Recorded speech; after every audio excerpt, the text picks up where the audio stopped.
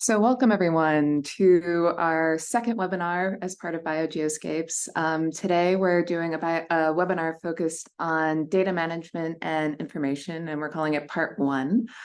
So today we are focusing on data management strategies and challenges that are particular to large oceanographic programs, excuse me.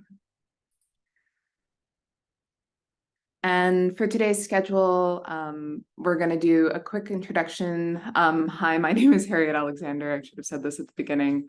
I'm an assistant scientist at Woods Hole Oceanographic Institution, and I'm part of the BioGeoSCAPES ExcelNet. And together with Max Sato, I'm moderating today's webinar.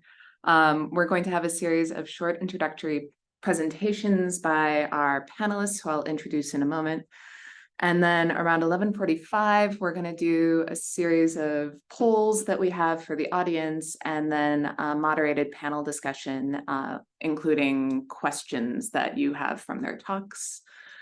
Then around 12:15, we'll split into some breakout groups with Jamboards to take some notes and get feedback from all of you and thoughts and ideas about a couple questions that we have. And then we'll try to wrap up around 12:30. So briefly, I'm sure many of you have already heard of the BioGeoSCAPES program, but I just thought I would quickly introduce the idea. So through ExcelNet, which is an NSF-funded program, there was a group that was awarded through BioGeoSCAPES, which is developing an international program to study ocean metabolism and nutrient cycling by microbes in a changing planet. And the co-PIs, this was led by Max Sato, and the co-PIs are listed below. And the goal here is really to facilitate the activities needed to develop this program. So this is not a funded scientific program, but rather a program that is developing networks and helping to foster communication across international bounds. And if you're interested, you should check out the BioGeoSCAPES website, and I've got a link for that later. But so BioGeoSCAPES is aiming to be a very large-scale program that will necessarily generate a lot of data of various types across oceanic scales. And so data handling and management is really central to the success of this program. And here I've pulled a figure that I like from Durden et al. 2017, which was focused on data challenges within aquatic sciences more broadly. And they've plotted kind of a degree of automation, so how automated might the analysis or the measurement of various different measures be versus the average data size. And you can see that it kind of spreads out across this frame. So up in the top corner, we've got various sequencing data sets, which is something that I think a lot about. But then you have things that might be a little bit more automated, such as satellite-based observations or shipboard CTD measures that have different volumes that are able to be acquired. So as we think about this, we really need to start thinking more seriously about the types of data that we're going to be collecting through this program, the volume, the total amount of data that we're making, the variety of those data types, the value necessarily that it adds to our program, and also the velocity with which we're collecting those data. How much and how many measurements are we going to be having? There's also a major component of international data collection. How can we start collaborating across national bounds? How can we share our data? How can we facilitate sharing regardless of the nation in which the data was created? And also, of course, thinking about metadata curation. How do we properly associate kind of potentially more rich data types, such as those from omics, with the very important metadata? And so today, our kind of driving question is, what can we learn from other data-rich ocean-going programs to help us craft a successful international BioGeoSCAPES data model? And in line with that, we have 4 speakers today. Karen Stocks, she's from the CCHDO, and we'll also speak a little bit about GoShip. We have Stéphane Passant, who comes to us from the EMBL EBI, and he's also been involved with Atlantico and Tara Oceans. We have Rainer Schlitzer from the Alfred Wagner Institute for Polar and Marine Research, and he'll be speaking a little bit about experience with geotraces. And then we have Danny Kincaid from BioGeoSCAPES, and she'll also be covering some considerations from time series RCN. And I just wanted to put on your radar, we have some upcoming BioGeoSCAPES events. We've got another webinar planned, which is part 2, planned for mid-October, which is again going to be focusing on data informatics and management, but more to come on that. There's also planning, and we're kind of part of the goal of this webinar is to prepare us for an in-person data and informatics BioGeoSCAPES workshop. Date is to be determined, but we will keep you all updated. Also in November 6th through the 9th, there's the International BioGeoSCAPES Science Planning Workshop, which is happening in Woods Hole. Registration is still open for virtual participation. It's a hybrid meeting. So if you're interested in registering, there's a QR code on the screen. Also, the BioGeoSCAPES website is listed below, and you can follow BioGeoSCAPES on Twitter as well. And with that, I'm going to stop sharing my screen and introduce our first speaker, who is Rainer Schlitzer.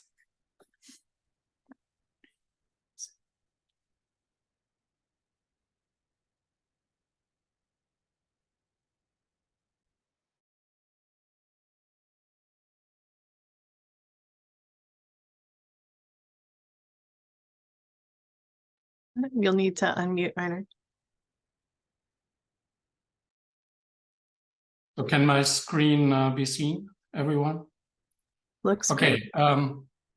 Hello, everyone. I'm Rainer Schlitzer from the Alfred Wegener Institute. What I want to do in the next 10 minutes or so, give you my views on the data management strategies of the GeoTraces program. If you have never heard of GeoTraces, it's an international program aimed at measuring basically the periodic table, all elements, isotopes in various phases. So it's global by nature. This is kind of important to know. And one of the main points that I want to make is that data management should be considered right at the beginning of any program. GeoTraces in particular has followed that, and as early as in the Science Plan 2006, when it was stating the main goal, and here I'm listing goal number 1, to determine the global ocean distributions of trace elements and isotopes, it also has identified that it should establish a data assembly center and have a data management committee overseeing all data management activities. So GeoTraces actually has done it from the beginning and actually has not only written about it, but actually has started to create these elements. But it's important, what I want to say as my important point 1, to have a vision right at the beginning.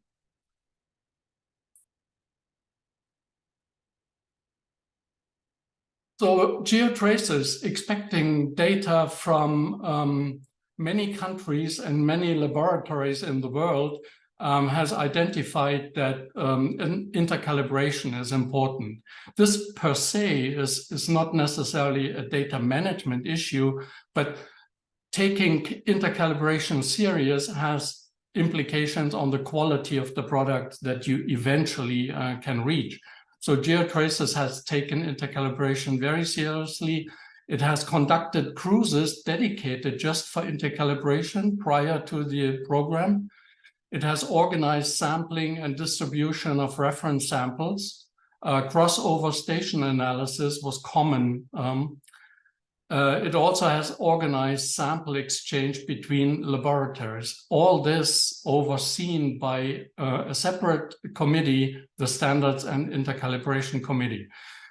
I could foresee for BioGeoSCAPES, intercalibration might be as important as for GeoTraces. again, it's not necessarily a data management issue, but if you care for highest quality products in the end, then this is important.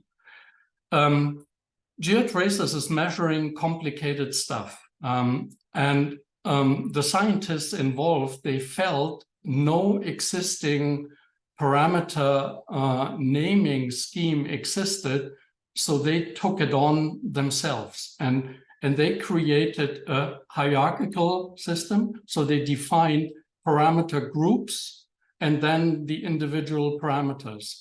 Here's an and they devised a multi-component naming scheme. I'm not going into details, but here are two examples. If you take 5 minutes to learn the naming conventions, these names look more easily to understand than at first sight. And again, I want to emphasize here, it was the scientists themselves to set up these parameter lists. And the reason was this: they thought they know exactly what is measured within the program, and they are the best ones to understand and to make a logical scheme. And maybe for BioGeoSCAPES, similar arguments would hold. Okay, the actual implementation, GeoTraces was relying on existing proven data centers.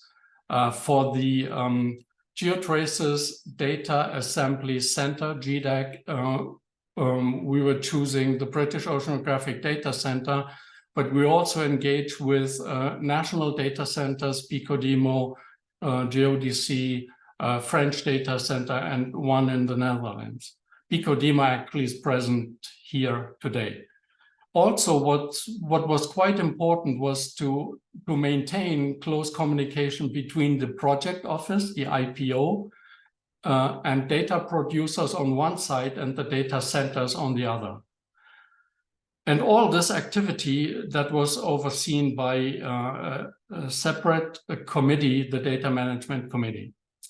An activity that was added quite recently, just a few years ago, was an online portal. It's called the DOOR portal, Data for Oceanographic Research portal. It's a web portal to help with registering data sets, to enter all kinds of metadata listed here, maintaining the intercalibration assessment documents, and just as one example, also maintaining the agreements from the principal investigators if they decide to include data in the products that I get to. I will say more about the DOOR portal and its importance to GeoTraces later. And finally, what I also consider of extreme importance is that GeoTraces early on has defined and released data products as early as possible. And GeoTraces is calling these products intermediate data products. 3 of them have been published and released so far. They are heavily used and they play a big role in the GeoTraces program overall. These IDPs have 2 components. First, a graphical online electronic atlas, eGeoTraces, but the core is in the digital data packages. By now, it's global coverage. It has data for more than 750 geochemical parameters. I think 800,000 samples altogether. So it's a quite massive package. In addition to the actual data, there's lots of metadata. GeoTraces has put metadata high on their list of activities. This includes cruise operation, but also documenting sampling techniques, analytical methods, name lists of the data creators, and also links to the publications. These products, they are public access and they are widely distributed. Users must agree to a fair data use statement that GeoTraces has developed.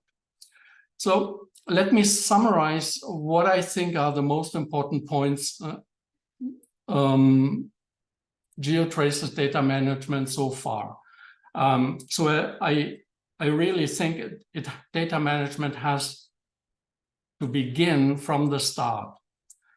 All these activities cost money, so a budget has to be allocated from the beginning. And my experience with other programs, it's easier to allocate money for data management at the beginning than if you add it on later on. What's also very important in my view, to liaise with existing data centers and also with IT specialists and make them members of important committees so that they have a voice and they can follow as the program evolves. And also I would highlight that it's very important to define data products and to do this early in the program and to release these products. So following the requests of the organizers, so they were asking us statements on certain topics. I'm now focusing on the end users of the GeoTraces data management, which basically is the end users of the products, of the IDPs. And these include scientists, including the modelers from a wide area of scientific fields, including in general earth and climate sciences.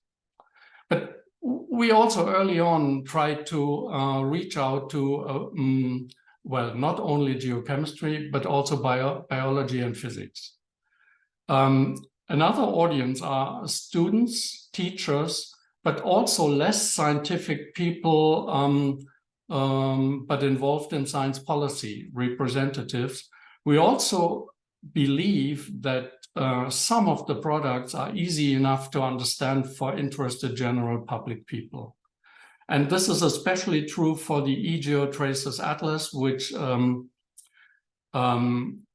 in total has more than 1,500 pre-created sectional plots and these 270 animated 3D animations that some of you probably have seen. If you haven't, then please visit this eGeoTraces website. The digital data, they are distributed in a variety of formats as total packages, but also we offer online services for user defining their own subsets. And also we have the Web ODV online analysis and visualization service where people can produce publication grade graphics without ever downloading the data to their own PC. So then finally, looking back, what could have been done better or what could have been earlier? And in this category, I would name the store web portal where the data sets are registered and where the metadata and many important information are collated. This actually has been implemented between 2018 and 2021. If it had existed 10 years earlier, it would have made life much, much easier. And especially this portal, it spreads the workload of registering and entering data on many more shoulders. In this case, all contributing scientists. Those are the people entering this information, not the poor data managers at BODC. We carefully avoided free text entries. Instead, we were using standardized lists in order to ensure well-defined unique names and terms. So for instance, the researchers, they are registered by their org IDs. the parameters, they come from controlled lists, in this case, the official parameter name list. But there are many other lists like ship name and so on. So when people enter information, they do not type in the name of the ship, for instance, but they select from controlled lists. That ensures that we have unique and controlled names in it. Altogether, this finally allows more automation, and after DOOR now is well established for the IDP 2021, so just 2 years ago, we could create most of the data processing and the IDP creation almost fully automated, which is extremely helpful. So in hindsight, this DOOR portal, this is something we should have had much earlier. So with these ideas, I would stop and thank you for your time. Thank you so much, Rainer. That was a really wonderful overview of the program and really wonderful. I loved your takeaways at the end. We'll hold questions till our panel. So next up we have Stefan Pesant. Thank you so much. Yes. Hello, everyone. Thank you for having me. Let me go to presentation mode. So I'm Stefan Pesant. I work at the EBI. And so the EBI is the European Bioinformatics Institute. It's part of the EMBL, so European Molecular Biology Lab. The vision of EBI is to help scientists work with big data in biology. That includes different data types from chemicals, then genes, proteins, metabolites, imaging data as well, and using text mining or mining tools to look at other databases outside EBI as well as literature. The initial focus of EBI was on human health, on the human body, but in the last decade, we expanded the scope to environmental sciences, addressing topics like biodiversity, climate change, bioeconomy. And so we looked at a number of environments, including the marine environment. And so we have experience with a number of projects that helped shape EBI quite a lot. The marine science is quite active. So those examples of those projects, we have Terra Oceans, that was the first big one, which was a global expedition. And then it brought in the study of plankton across all size fractions, and it combined information and samples for genomics and imaging. Then we had the Ocean Sampling Day, which was focusing on a much narrower number of protocols, but then having them adopted by many labs across the globe. And so they would sample on the same day using exactly the same protocols. So that was a different aim. Then we have the Atlantico mission microbiomes. That one focused, that was 2020, 2023, focused on the South Atlantic. That's a European project in collaboration with Brazil, Argentina, and the Western Africa countries. And so that project increased the complexity, I would say, or the number of protocols to address not only genomics and imaging, but also proteomics and metabolomics.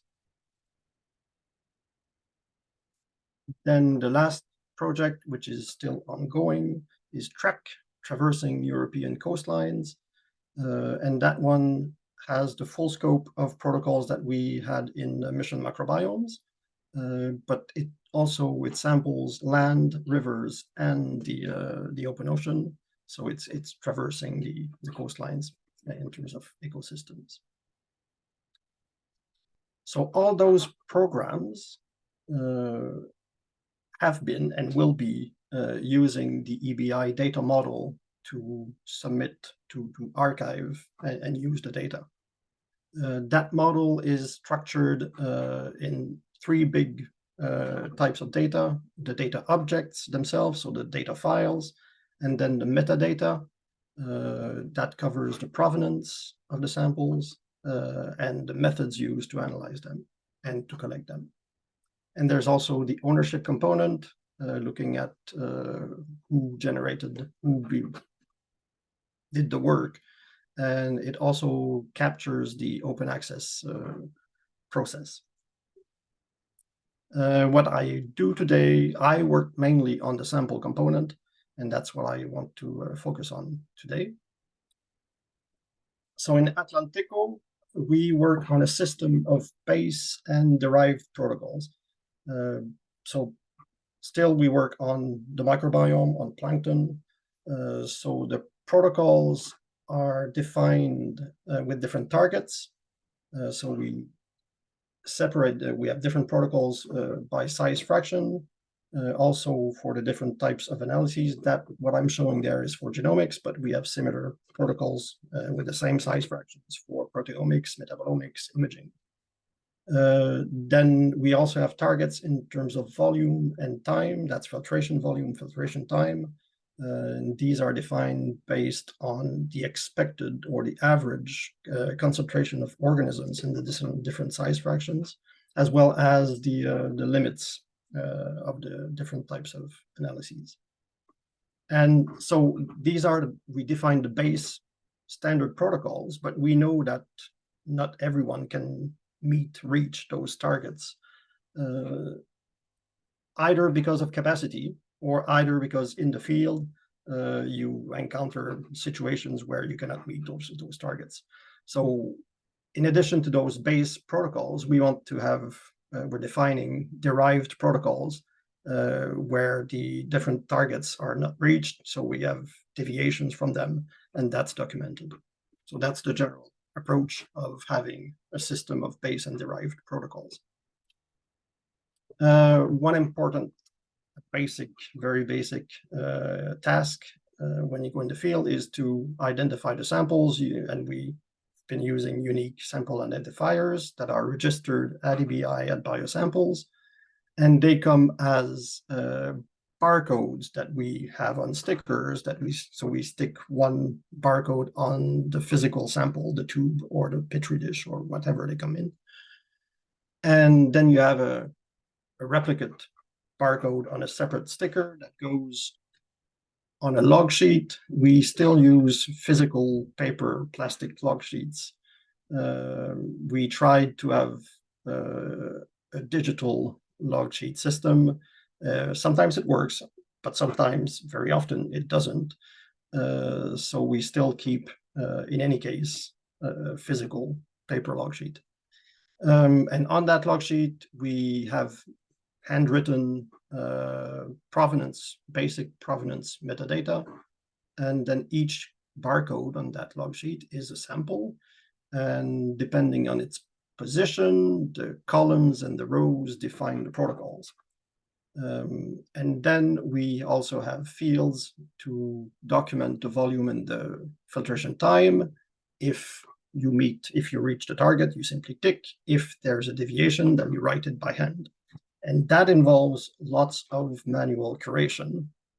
There is some semi-automatic curation, because when we scan the log sheets, then we extract automatically the value of the barcodes and its position on the log sheet. So with the position, we can have some information about the protocols and the depths or other parameters. But still, there's lots of manual curation involved. We are now working on AI-assisted curation with Capgemini, a company in France. With some text recognition, it works quite well with numbers, so that speeds up the curation quite effectively, in principle. When it comes to handwritten comments, it doesn't work. So the approach is to, we define on the log sheet regions where we have comments, and then we simply crop and create an image. and that is attached to the sample, so people can go to the cropped image and read the comment. So that's these are current evolutions of the paper log sheets. Then we use structured checklists. Some of you might know about the MIXES checklists, the minimum information checklists. The one I'm showing is a community-defined checklist. That one is from the Ocean Sampling Day. And so the basic information, latitude, longitude, depth, date, time, is there as mandatory. In some cases, as you input the information at EBI, at biosamples, there is a quality control with regular expressions. Sometimes you have drop-down menus, so you have to select keywords. But still, there are, in my opinion, too many free text metadata fields, and that creates, well, it's more difficult to work with. So having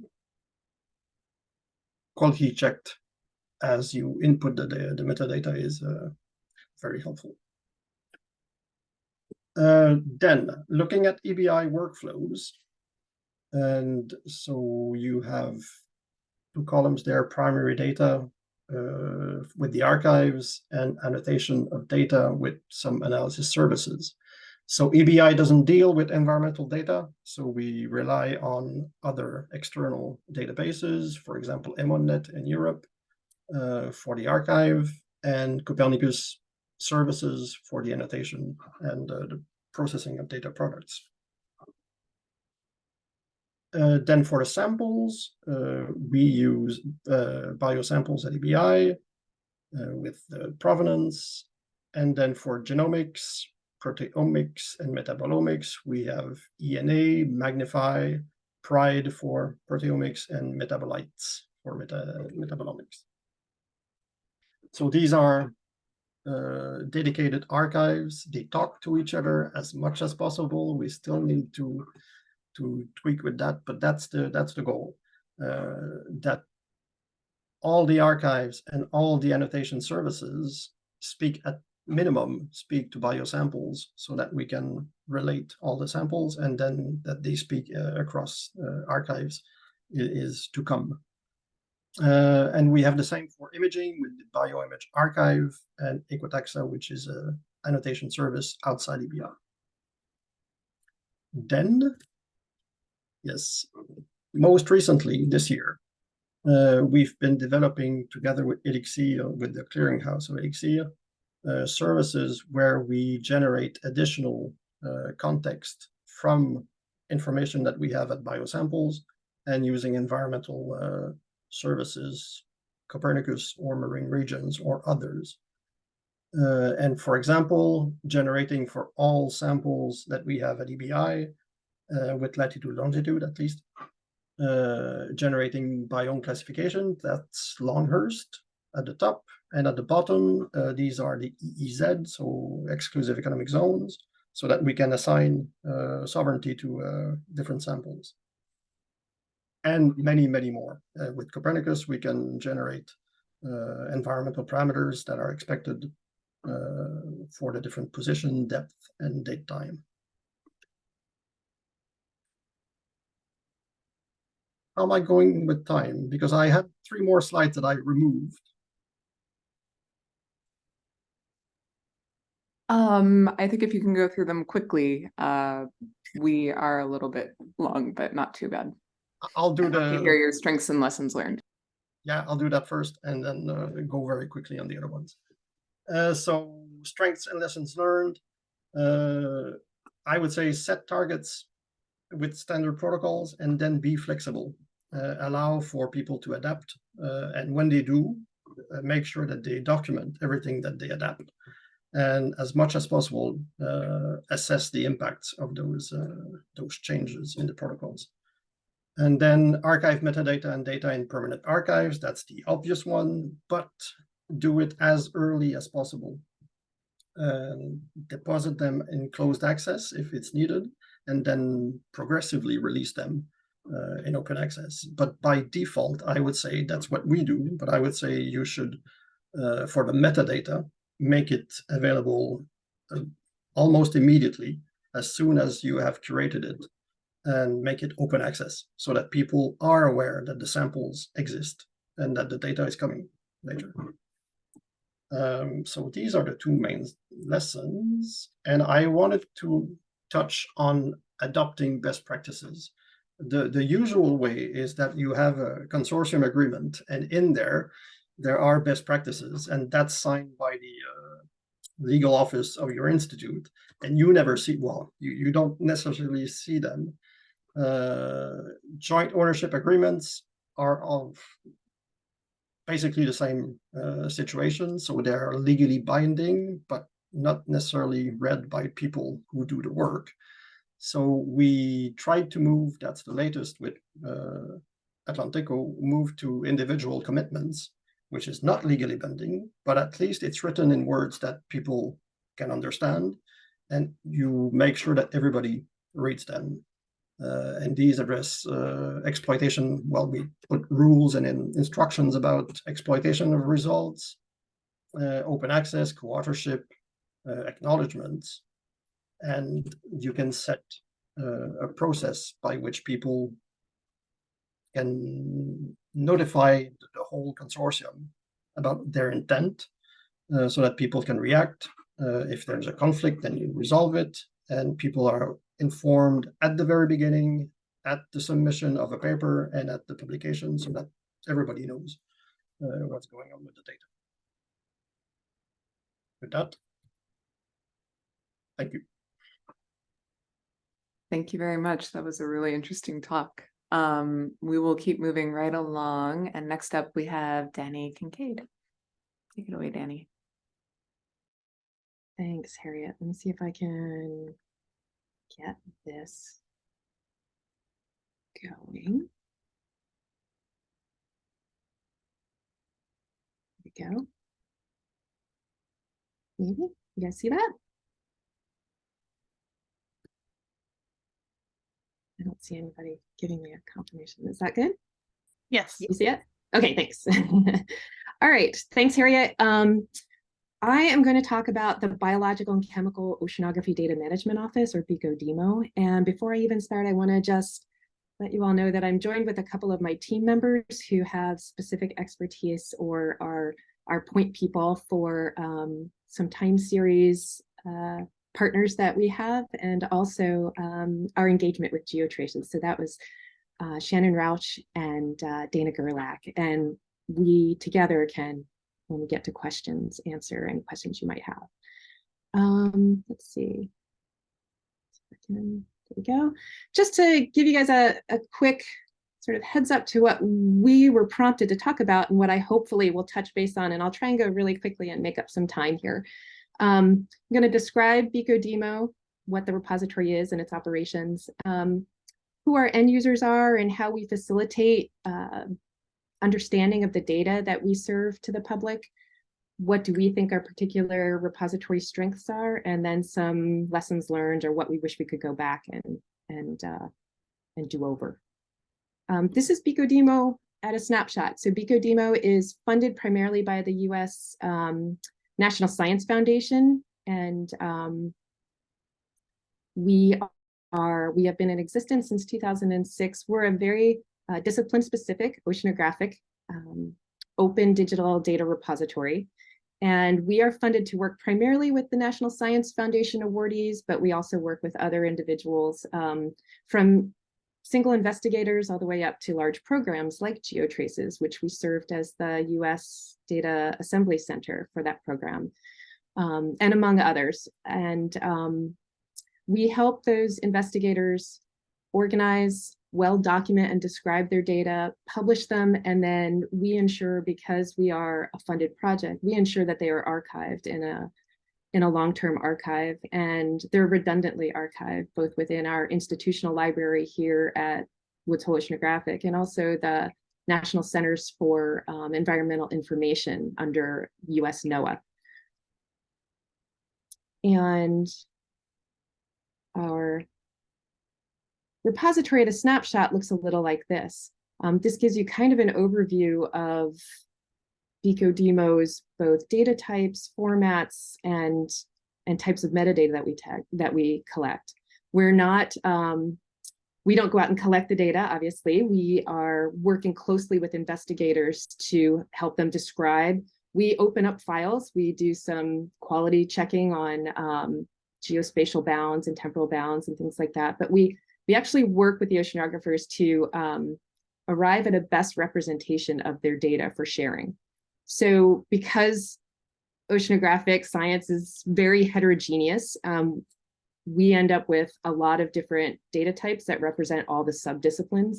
The measurement types vary from in situ to laboratory to remotely sensed to synthesized.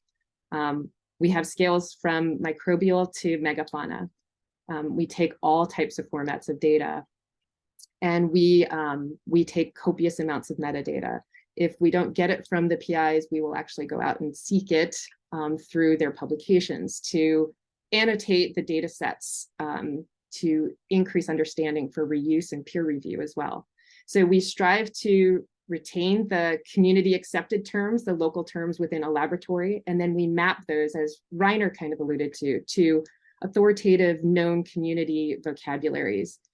We link to complementary content in other repositories. For example, I know Harriet mentioned omics. People like to have the metadata, which is actually our data, but metadata in close proximity. And so we ensure that we link out to complementary data in other repositories, distributed sources like EBI, Stefan's, and NCBI in the US, and also PRIDE and metabolomics, to make those data from the hydrographic data more discoverable. And so that's a big, heavy lift of ours. When it comes to our users, obviously our primary user is the researcher, but as Reiner alluded to with GeoTraces, we also make our data, because it's publicly accessible, it's available to educators, it's available to policy and resource management decision makers. It's also available to the general public, and specifically, we also partner with funding agencies to help them facilitate data sharing of their awardees. And so they often come back and check compliance using the repository. How do we enable reuse and understanding of our data? We do that through employing the FAIR principles. And FAIR, if you haven't heard of it, is an acronym that stands for findable, accessible, interoperable, and reusable. And so what that means is we make the data available and accessible through our website. It's publicly accessible. There's no barriers to entry.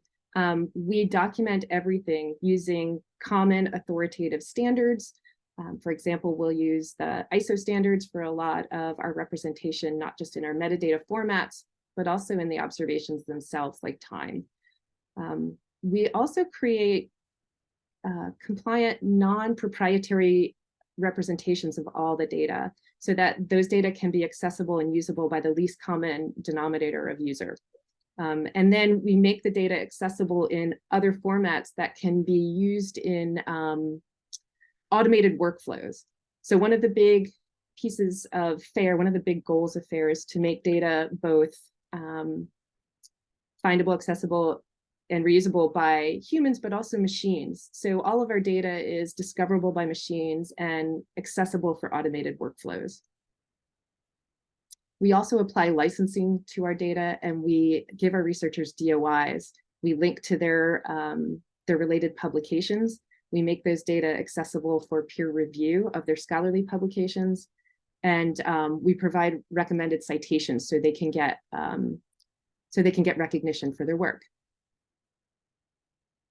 So if I had to say one strength as a repository, as this repository, a domain-specific repository, I would say that we apply domain-specific curation so that the more difficult aspects of sharing and publishing data that are challenging for the researcher or that they shouldn't have to worry about are relieved. They don't have to engage in figuring out a license or what standards they need. We'll do all that. We'll do all the mapping of their local terms to authoritative sources so they're more understandable and discoverable. Our goal is to present that data in the most effective way for reuse. And we do that collaboratively with our researchers. So not only are they understanding how to share their data more effectively next time, but they're learning a little bit about data management and data science as they go along. And then lastly, what do we have? Oh, lessons learned, right? So this is challenging. Everybody ahead of me did a really great job. Research is moving and evolving so quickly, as is technology. And so it's really challenging. At any given state, we could always say, gosh, I really wish I had known about this, this type of vocabulary way back when. But from community engagement standpoint, I think Reiner hit it on the head with work with your community early on and embed all the necessary data management thought processes and all the decisions you need to make. Think about those as early as possible in the lifespan of your program. Determining what types of samples you need, what's the minimum amount of metadata you all need to do that intercalibration or do that cross comparison. Think about the necessary vocabularies you could use, the metadata fields, things like that. I think that's really, really important. One of the side projects that BioGeoSCAPES is working on is actually with Heather, who is on this call, working with the Marine Ecological Time Series community. That is a community that evolved sort of very stovepiped and has a lot of legacy culture. And now they're trying to come together and come up with best practices. And it's very challenging. It's a lot of down in the weeds, mapping what one community says to another and figuring out that common language. So doing that early is highly valuable. And then technology-wise, I would say from information management and repository, the use of semantics, understanding how to connect pieces of information together at a repository level is really important. And that allows us to make those connections in meaningful ways to metabolomics repository from the hydrographic repository. And it provides a very large, flexible sandbox that we can just keep expanding the communities that we help and the information that we accept because we're using this technology. And I don't know how I'm doing on time, but I would say if there's anything that I missed, maybe we can get it in the questions. So I think that's all I have. That's great. Thank you so much. Thanks again, Harriet. Yeah. All right. Okay, moving right along for the sake of time, we have Karen Stocks. Take it away, Karen. Thank you. All right, so I'll be talking about CCHGO, the Calabar and Carbon Hydrographic Data Office. I'd like to recognize Savannah Lewis, who's on the call from our team at Scripps here today. So CCHGO has been going for a little over 25 years now. It's funded by the National Science Foundation and the NOAA GOMO project, as well as its predecessors. And CCHGO is responsible for managing and providing access to global reference quality vessel-based CTD and bottle data measurements. At present, our main data provider is the GeoSCAPES program, but in the past we've had other programs submitting data as well. We currently have about 2,500 cruises globally.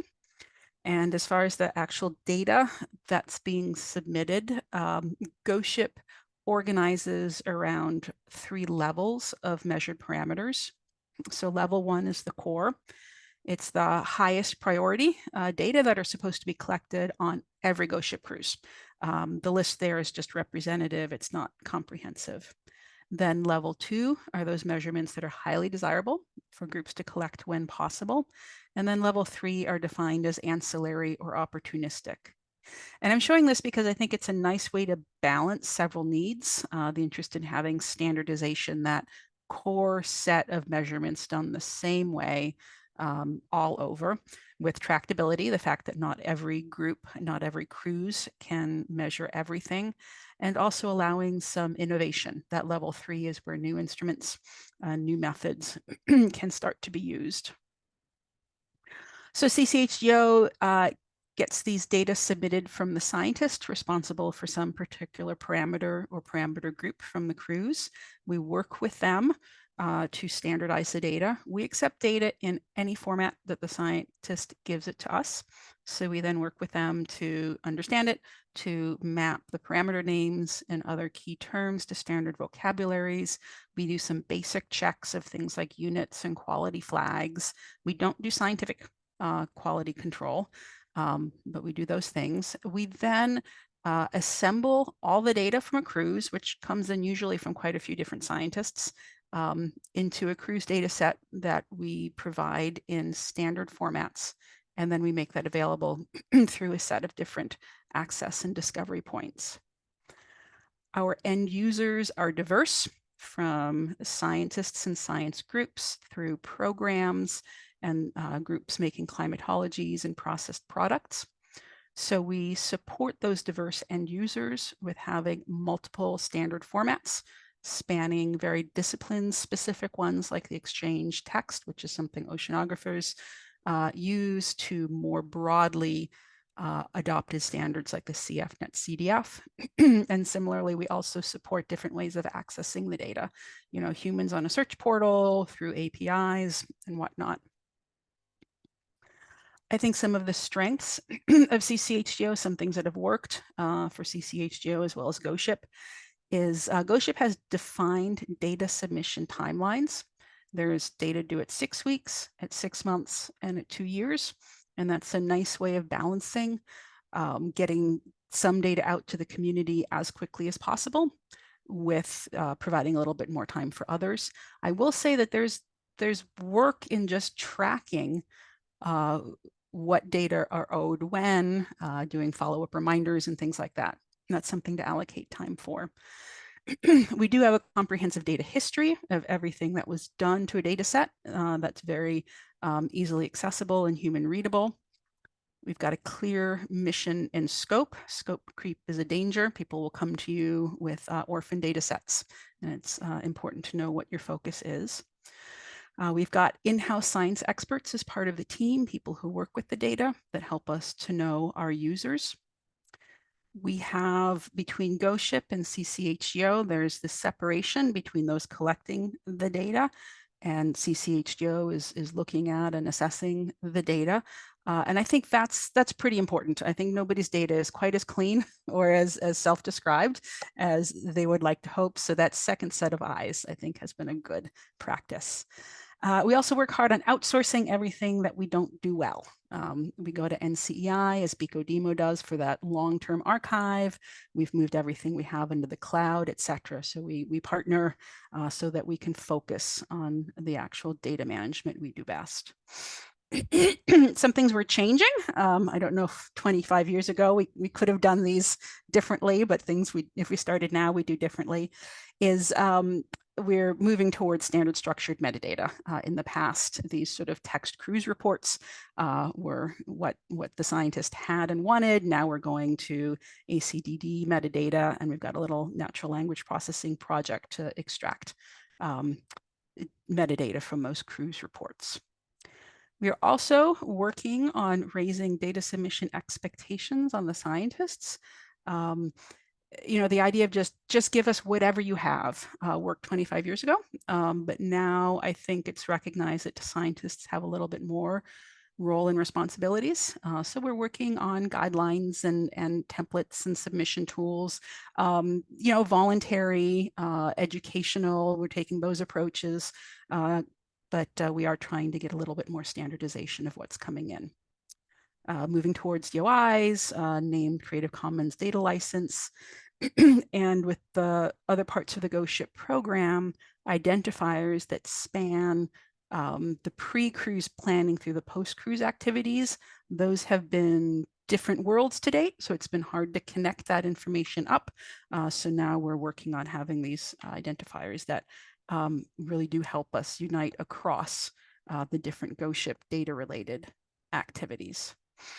And then finally, a thought on this activity that CCHGO does, where we really do completely standardize all the data to common formats. Our motto is, if you can read one CCHGO data set, you can read them all. You can, code around them, etc. This has been enormously valuable to users. It really has enabled these data to be picked up and used with very little manipulation, but is also enormously time consuming. There are other, you can work more at the metadata level. There's other models out there that don't do this. So I think what I'd say there is just choose wisely, to what degree you want to go down that path. So thank you for the thoughts, and I look forward, or thank you for the time, and I look forward to discussion and thoughts later. Great, thank you very much, Karen. And thank you to all the panelists for your talks. Really an excellent wealth of knowledge that you present, and so thank you for that. We're going to take questions and have a panel discussion. So please enter your questions in the chat window. And as people are warming up to do that, we're also going to launch a poll about the kinds of data archives that and that people deposit to and also use for their analyses. Let's see. That go through?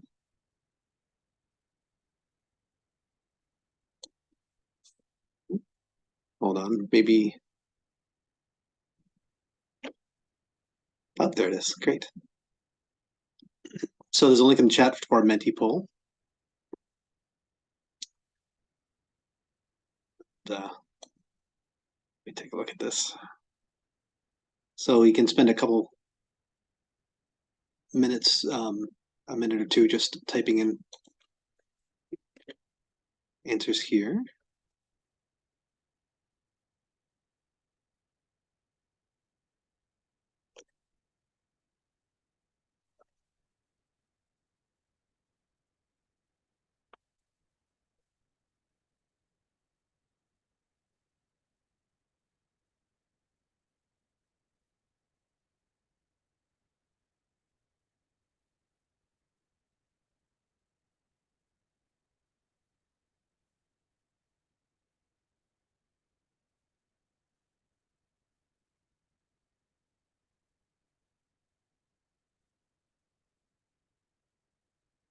So lots of different places where people are both putting their data and accessing data all across the world.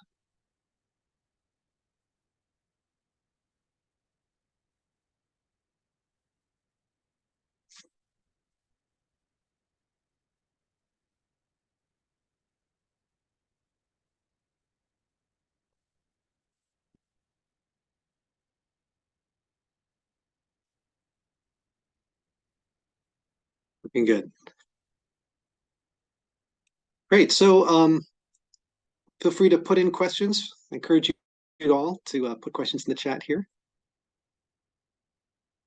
And I can try and get us started here. Maybe I'll start with a question for Stefan.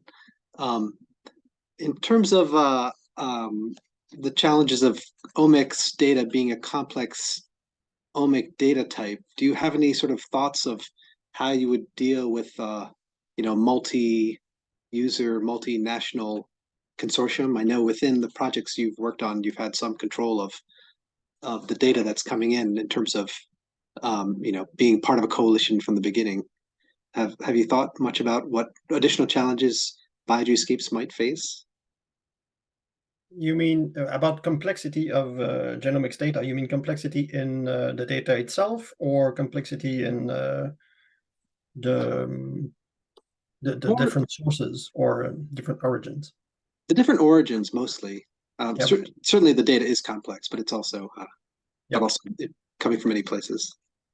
Regarding the origins, thankfully, for genomics data, INSDC covers, so includes NCBI, EBI, and the other one in Japan.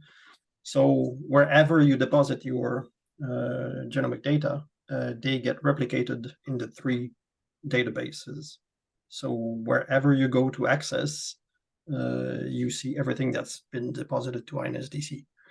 So that's already something. Then all 3 have slightly different metadata structure, but they do agree on the core metadata fields. So that helps. Otherwise, I think it's much easier with genomics than with environmental data. So we're a pretty good example of being able to integrate data across sources wherever it comes from.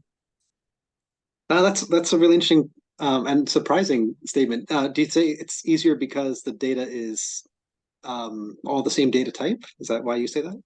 I would say because the community is more used to, it's more recent. So the community started with submitting data to the official archives. So yeah, it's a community that has the habit to submit everything with minimal information. So we're working on making sure that at least latitude, longitude, date time, because still we have lots of samples without that information. So making sure that we have that helps a lot. Great, thank you. That actually brings up another interesting point that's, I think, relevant to many people on the panel is how do you deal with EEZs and data within nations, and have you had challenge with you know, having nations be willing to share their data freely? At the moment, up to now, we've been stepping away from that. So what we're doing now is simply providing information. So looking at the EEZs from which the sample come from, and then we provide the information as third-party annotations. And that's where we are at the moment. So with BBNG, with all the negotiations that are happening and the new regulations, in the coming year, we'll start trying to provide some data products or information about all the samples. But then at the moment, it's up to the users to take up the annotation and to deal with it. Okay. Rainer or Karen, do you have any thoughts on that particular question about international boundaries and how that connects to serving data? Within GeoTraces, it's basically the data originators making the decision whether they submit to the product or not. And we kind of assume that they are politically correct if they share data from the EEZ. And I mean, you can imagine different scientists have a different degree of liberal attitude to it. So basically, we push it to the level of the originator and assume that he or she is okay with his country, basically. Right. But for GeoTraces, the bulk of the data, they are out of the EEZ. So this problem is not that large. Mm-hmm. But we have some data from the EEZ. Can I ask if those data are not assumed public by the funding agency of the nation that is funding the research? I'm just curious about. Most hydrography is that way. I think some countries are very, how to say, they protect data from the EEZ for political reasons or economic or fisheries reasons. And, and in some countries, they would actually tell their scientists, you don't put those data in public databases until certain embargo times or never. Yes. Yes, the US has that too for fisheries. The fisheries dependent data is not released to the public, but we also have a as closed as necessary, as open as possible, where the metadata is publicly accessible, and we can share the metadata even if the data are embargoed for a period of time. And so BioGeoDemo employs that as well. But most of the data that we collect is already in the public domain by the funding Yeah, requirements. for the genomic data, the responsibility of releasing the data in open access is the provider. Yeah. CCHGO is the same. We assume that the data provider is aware of the constraints on their data. It's nice to have the International Ghost Ship program as a governance body that can discuss and raise awareness and attract new partners and negotiate with new partners what that means. So there's a lot of that sort of communication and discussion going on sort of before it things even reach CCHGO as data sets. There have been times that we've had to sort of individually work with data providers on data licenses that are more restrictive than the ones that CCHGO intends to support. There have been times that we've linked data in a country's home institution instead of hosting it ourselves, again, because of certain sensitivities. But yeah, I think the bottom line is that the data provider is responsible for ensuring that they are able to share those data and under what circumstances. Great, thanks. We have a question from Danny, actually, saying, this is great to see where people share their data. Can any of the omics researchers comment on how well their meta environmental data are getting linked to their omics data? Does the panel have any thoughts on that, or even the audience? Anyone want to? I do, but maybe let's wait if in the audience there's someone. Otherwise, I can speak from the user point of view. So from the different projects, the programs that I showed, what we did to ensure that is we selected key environmental parameters and we inserted that in the metadata of the samples. So it's archived at biosamples together with the genomic data.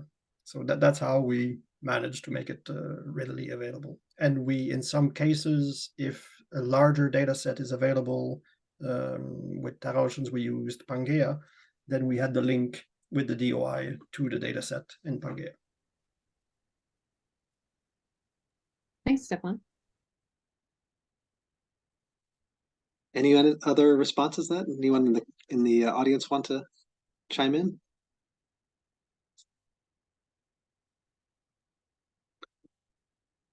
We have if not, we have another question from Laura Gray.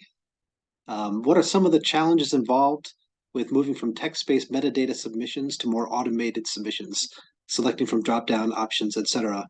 Is there any way to build in a little room for flexibility? It was really interesting hearing people talk about the free text and the challenges of that. With the panel, anyone on the panel would like to chime in? I'll jump in quickly to say that BioGeoDemo just created a web-based submission system for submitting data to us as a repository, and we have some fields that remain free text, but we will be moving toward drop-down lists for more structured pieces of information. But in terms of analyses and things like that, we're going to remain free text in there.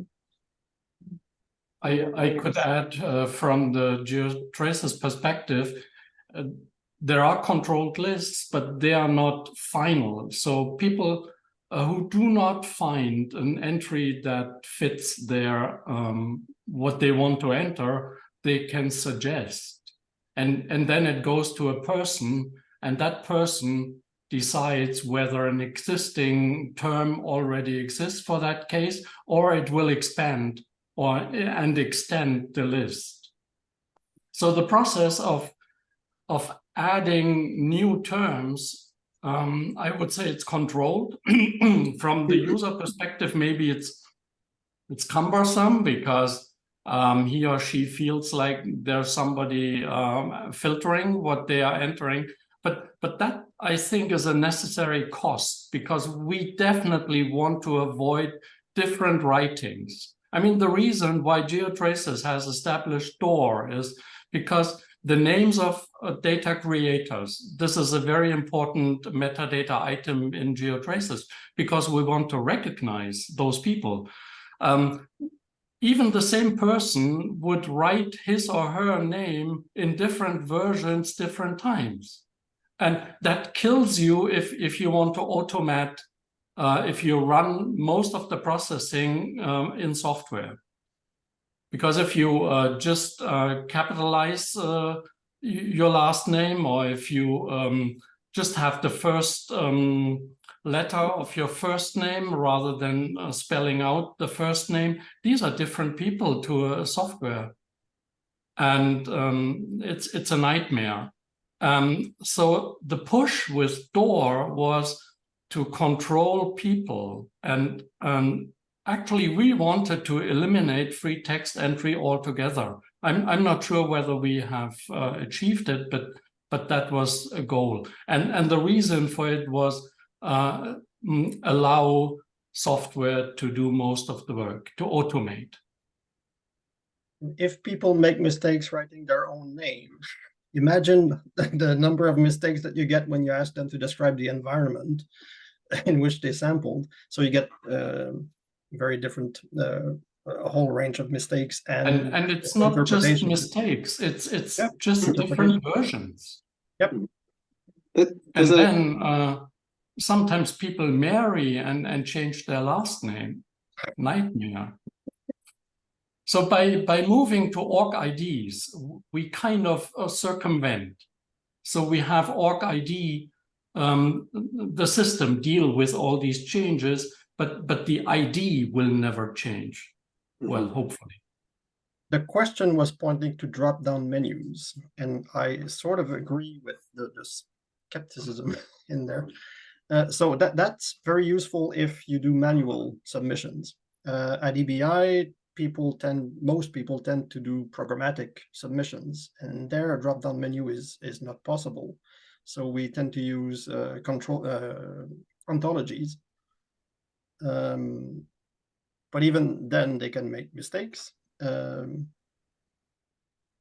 at some point we have to ask the users, the providers, to control by themselves, to do some work in selecting control vocabularies, ontology terms.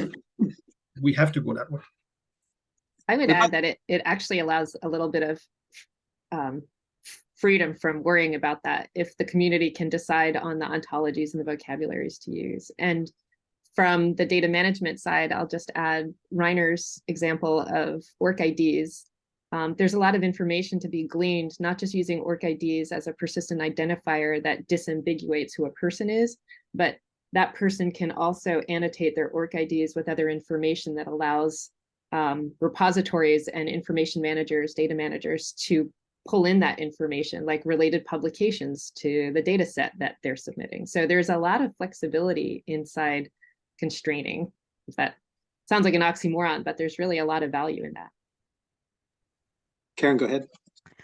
I think it's also, I mean, to the degree that it's possible to make it easier for data providers to do these things, not so much in CCHGO, but in the R2R program, we've worked hard at creating sort of templates or, example directory structures, things that when you're setting up a program, it's easier to just grab that and run with it than it is to invent your own thing, but that already has embedded in it, the controlled vocabularies for the parameter names and things like that.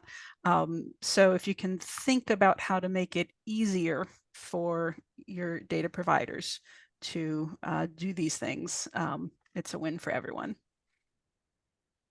And I think there's a real scientific value to it too, right? If someone is wanting to harvest phosphorus measurements in the oceans and they're called phosphate and soluble reactive phosphate and or PO4, the vocabularies help people discover things if it can be identified, right?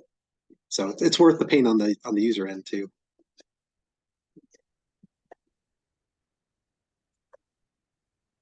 Are we doing any more thoughts or questions from the audience?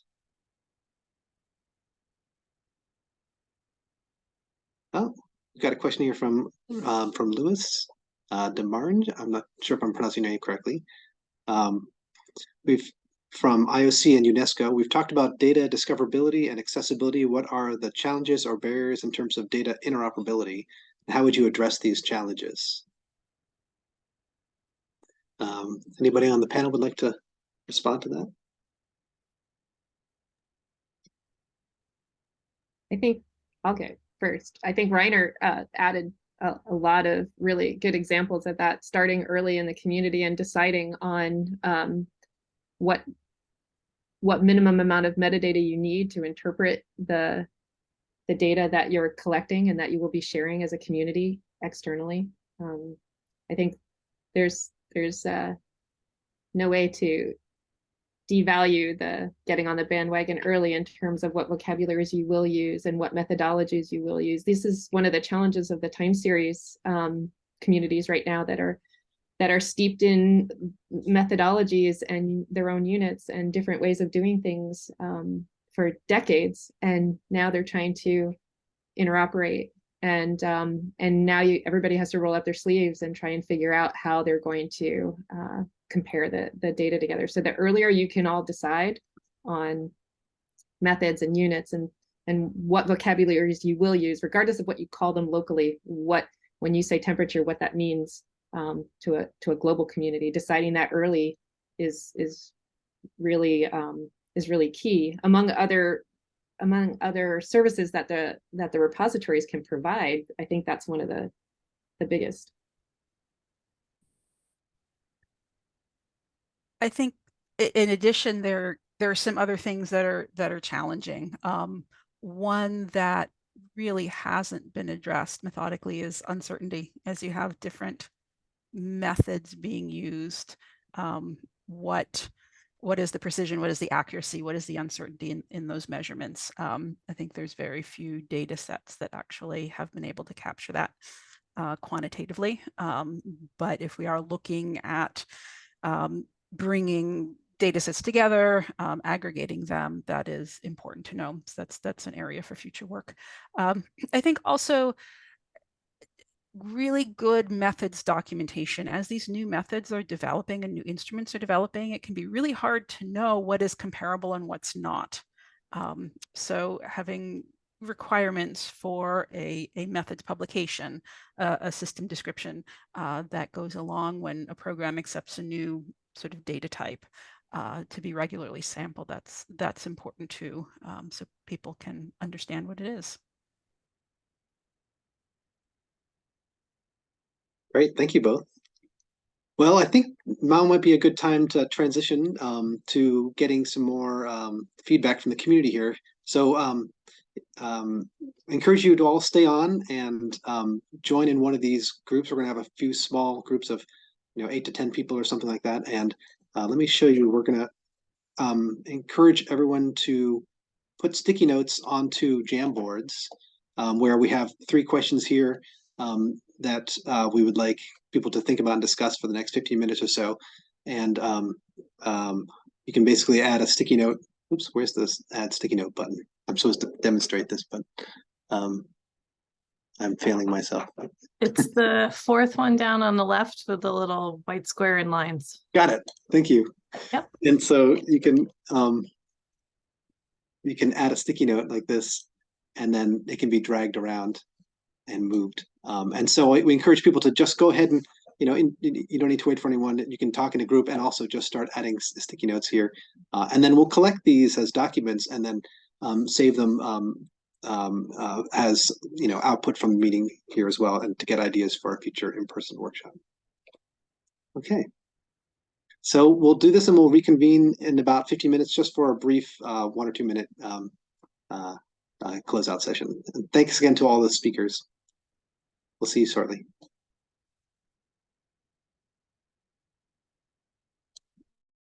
All right. Can people see my slide open Just putting up here a reminder of the events. Thank you all for staying to the bitter end of the webinar. And thank you so much to our panelists and speakers for the really wonderful talks. They really set a beautiful stage and lots of good things to think on. As a reminder, we've got our next webinar coming mid-October, so keep an eye out for an announcement about that. We're also gearing up towards this in-person data workshop. More info will be coming. And if you're interested in participating, the International BioGeoSCAPES Science Planning Workshop is happening in November. Registration's still open. So thank you, everyone. Have a lovely day. And thank you again to our speakers. Thank you. Thank you very much. Thanks, Harriet. Bye-bye. Mac? Thank you.